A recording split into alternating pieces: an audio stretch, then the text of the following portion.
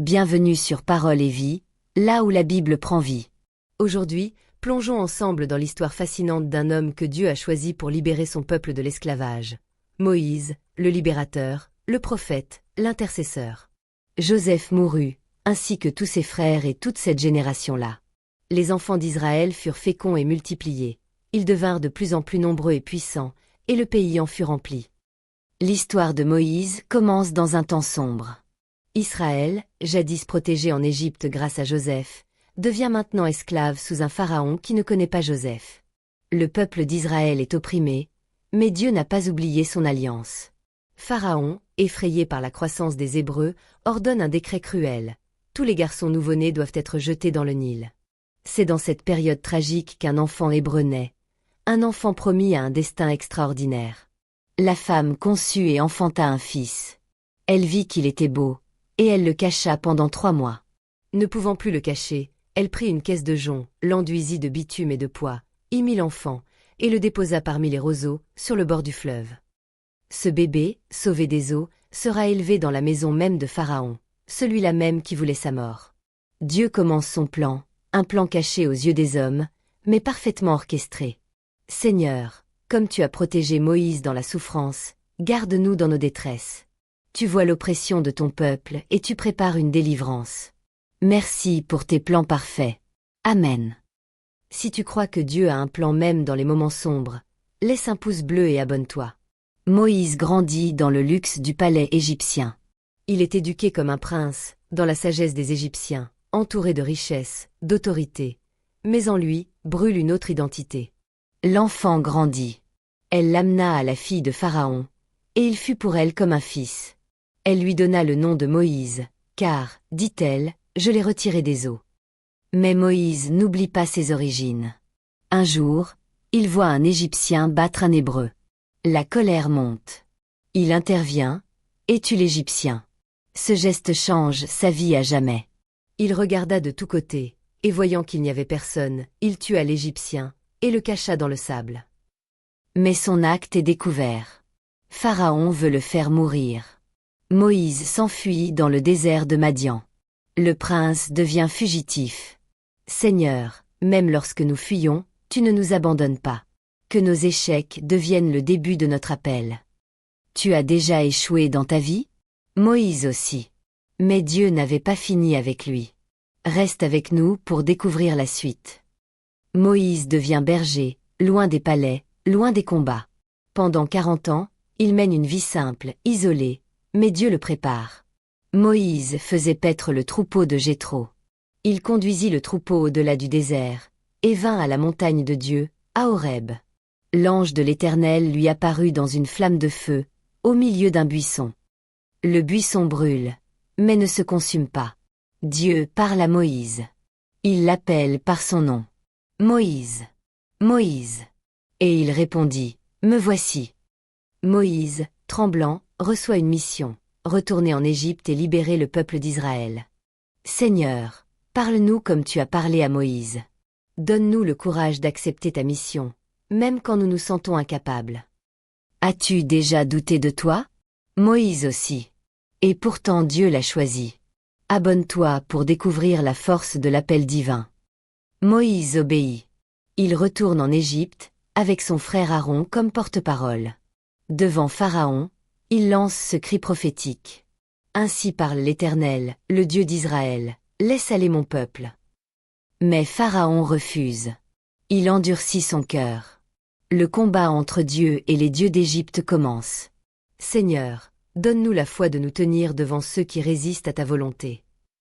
Devant le refus obstiné de Pharaon, Dieu envoie des signes puissants, 10 plaies qui frappent l'Égypte une par une. Ainsi parle l'Éternel, à ceci tu connaîtras que je suis l'Éternel. L'eau devient sang.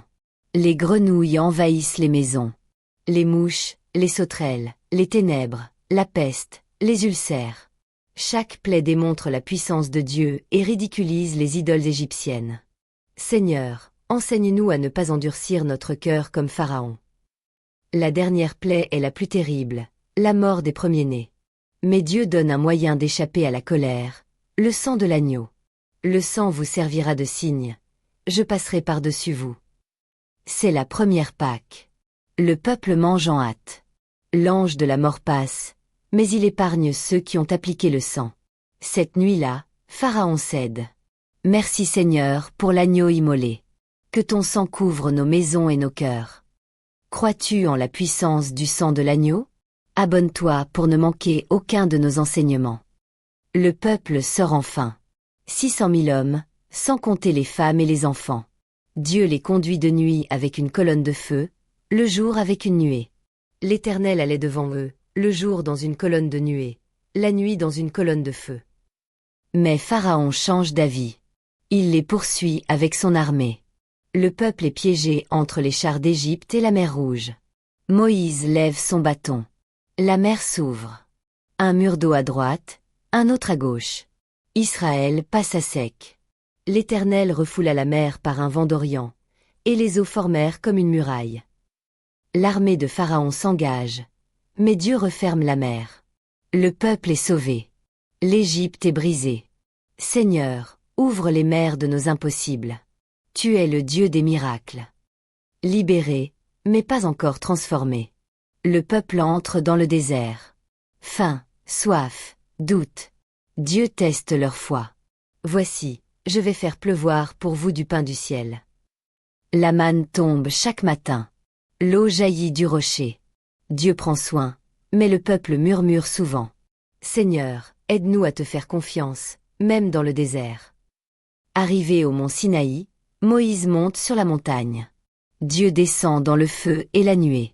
Il donne sa loi, les 10 commandements. Alors Dieu prononça toutes ces paroles.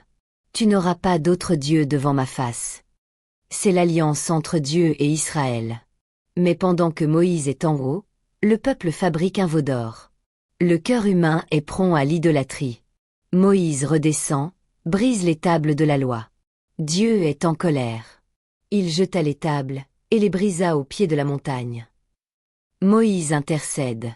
Il supplie Dieu de pardonner. Dieu renouvelle l'alliance, mais les conséquences demeurent. Seigneur, garde-nous de l'idolâtrie. Donne-nous un cœur fidèle. Dieu commande la construction d'un sanctuaire, la tente d'assignation. Là, Dieu rencontrera son peuple. Ils me feront un sanctuaire, et j'habiterai au milieu d'eux. Moïse parle face à face avec Dieu, comme un ami. Il reçoit les instructions du culte, du tabernacle, de l'arche de l'alliance. Malgré les miracles, le peuple continue de murmurer. À Kadès, il refuse d'entrer en Canaan, par peur des géants. Nommons un chef, et retournons en Égypte. Dieu les condamne à errer 40 ans dans le désert. Seuls Josué et Caleb entreront dans le pays promis. Seigneur, donne-nous la foi de Josué et Caleb. Aide-nous à croire à tes promesses. Même Moïse fait une erreur. Il frappe le rocher au lieu de parler, comme Dieu l'avait demandé. Parce que vous n'avez pas cru en moi, vous n'introduirez point cette assemblée dans le pays. Moïse voit la terre promise de loin, mais n'y entre pas. Il accepte la volonté de Dieu. Seigneur, apprends-nous l'obéissance même dans les petits détails. Moïse, à la fin de sa vie, parle au peuple une dernière fois. Il répète la loi, exhorte à l'obéissance. J'ai mis devant toi la vie et la mort. Choisis la vie. Il bénit les tribus. Puis il monte sur le mont Nebo pour voir la terre promise. Il meurt là, dans la paix de Dieu. Moïse est mort, mais son héritage demeure. Il a conduit un peuple esclave vers la liberté. Il a parlé avec Dieu comme aucun autre. Il n'a plus paru en Israël de prophète semblable à Moïse, que l'Éternel connaissait face à face.